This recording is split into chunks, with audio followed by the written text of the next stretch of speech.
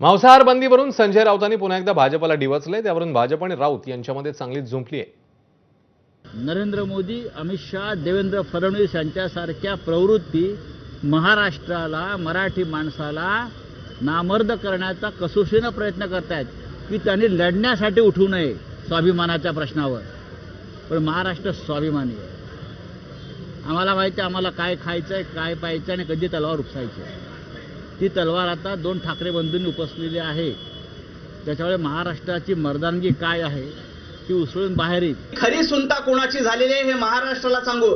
संजय राऊत यांच्यामध्ये हिम्मत असेल, संजय राऊत यांच्यामध्ये दम असेल तर ते हॉस्पिटल सांगतील, ठिकाण सांगतील आणि आपण त्या दिवशी वैद्यकीय तपासणी करू।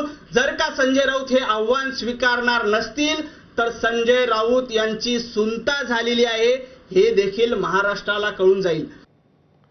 दुसरीकडे मांस विक्री बंदीचा निषेध करण्यासाठी